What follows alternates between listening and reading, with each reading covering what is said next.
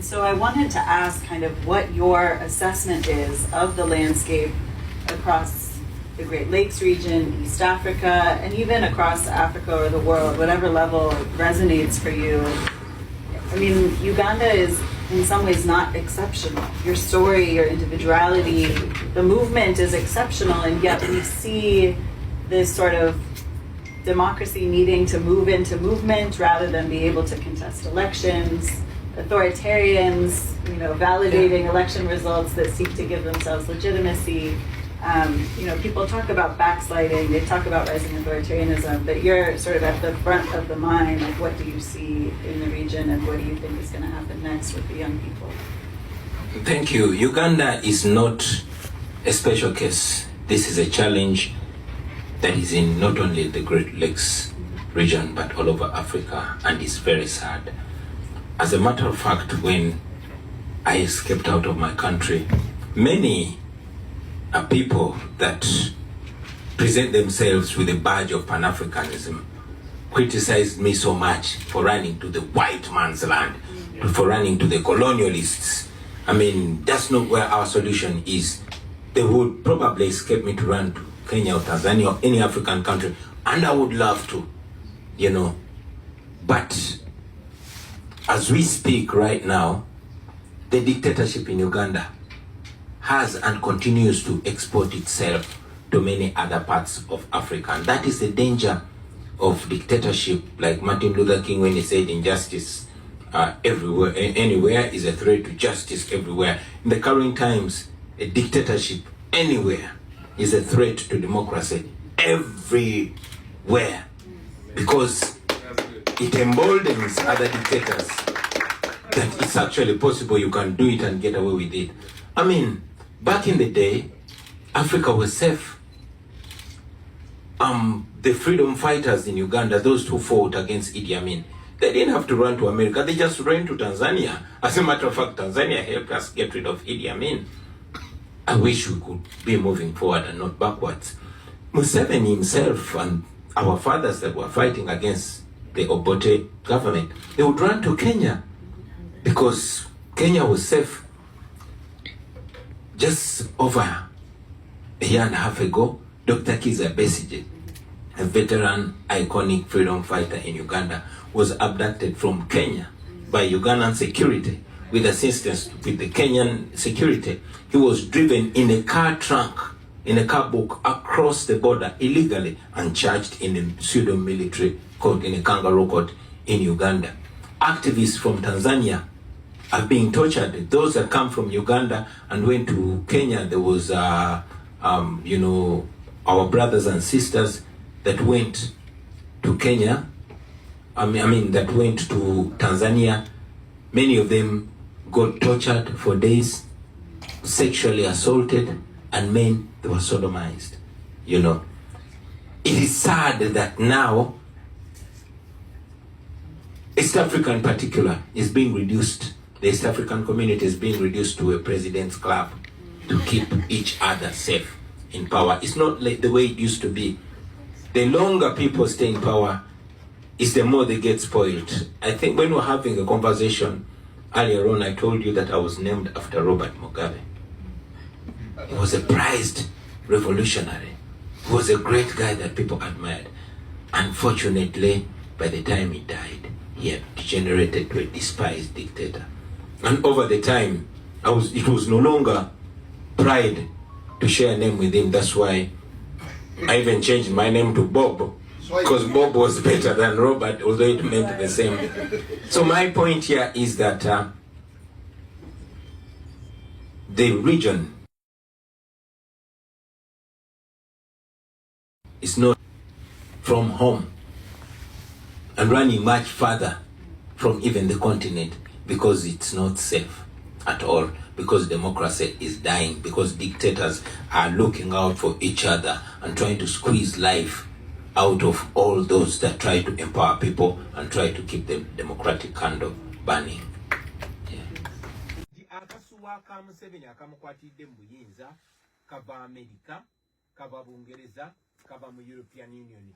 Kati eno gyendi omulimu gwendiko okumusekeeterera si kirumamu.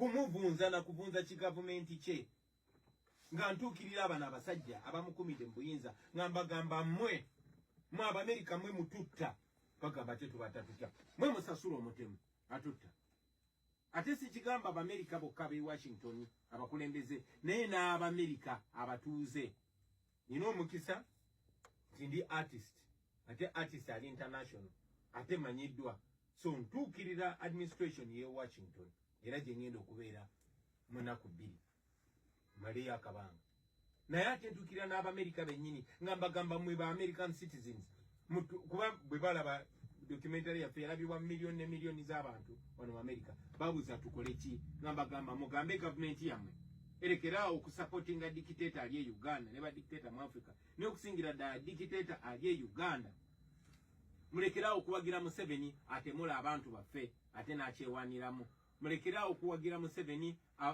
awamba abantu na alinyirira democracy lwaki tukola bwe tutyo kambazeyo kemabega mu early 90s umanyi nti ne Nelson Mandela wadde yali freedom fighter ne munange government y'Ebungereza nga yamuteekako laama nti oyo terrorist naye paka documentary bwe yafuluma eno mu America nga kwotadde n'aba South Africa n'aba Africans abalala abakola solidarity ne babeera nga beekalakasa ku street nga bavumirira obufuzi obw'ekikaggulu obo bwa apartheid bwali mu South Africa America government ya America yatuuka ku kisenge negamba omanyi ki government ya apartheid da sintuufu be baali bagivugire ne batuuka ekisera ne bagamba sintuufu era government ya America bwe yalekerawo okuwagira government y'abazungu ya apartheid mu South Africa negwa ensonga lwaki tukozesa art tukozesa ennyimba tu lobinge Washington naye ne mu bantu sekinoomu tu buildinga alliance y'abaddugavu si bannayuganda bokka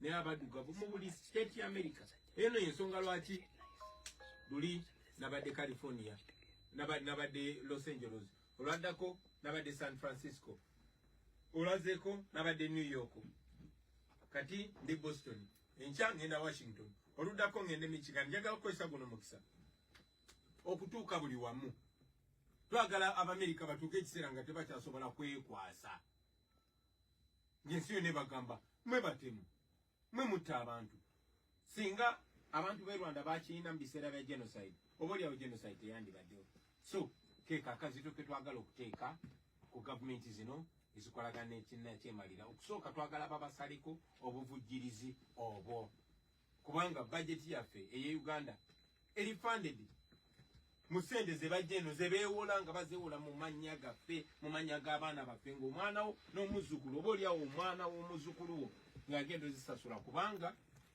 bw'oba otunudde kati public debt gye tulina ebbanja lye tulina nga Uganda eryewolebwa bano abasajja nga bazibba bubbi bazigulamu bizimbe no Bulaaya kigenda tutwalira emyaka 94 okuzisasula ozimalayo era nzemu ngambagamba nti mmwe bino bimukola tetujja zisasula so to making sure tujja mu mawanga gano okugenda nga tukutula obwo busuwa bwannakyemalira bwe banalekerawo okumufandinga oyo kisobola omwekolerako naawe naye tesobola kulwana na $1 billion zimwebwa buli mwaka tesobola kulwana na zipawundi na euro eziba mu nsi twagala balekerawo okuvujjirira oyo namukadde tulyoke mutumwangange atuwulire batiitiizi mubalaba kwambala bitogi kati oyo Museveni gwolaba omulaba kwambala bitogi bya genero si genero naawe abo batiitiizi yabeeranga Sweden yalwanirawo Museveni bakitaffe be baanunula eggwanga lino okyegera akutte mutabani we amutaddeko ennyota zonna zonna oyo ne babimwambulamu okikyasobola okukola oyo so si bamaanyi nga bwe mubalaba si bamagezi nga bwe mubalaba babuyabuya era bannayuganda bwe banaasalawo ne beekolamu omulimu ate nga kigenda kubeerawo bannange tugenda okugoba abo abafala emisinde so kyebabatiisatiisa n'omulundi n'ogumu they are as not as detailed as you can think. No, they are not. Ukitegeera just kubanga bawa Messi yaffe batufugira kufia muntu ki gw'ogamba nti akulira amagye nenga communicatinga bwatyo n'abavola n'agamba okay nabaddeyo ne birthday yange oba baba yamusanze agangayiddewa ye kennyini tabadde ku mukolo gwe kubanga amanyi tegusaanidde gufulopinze naye kenyini gumuswaza naye ali mu kuyomba abakulembera amagye nga sibalabyeyo gwolowooza ddala ddala ku basajja betulina abali mu magye g'eggwanga n'abali mu poliisi gwolowooza bawulira batya naye tebalina kyakola. Museveni akoze kye bayita extreme humiliation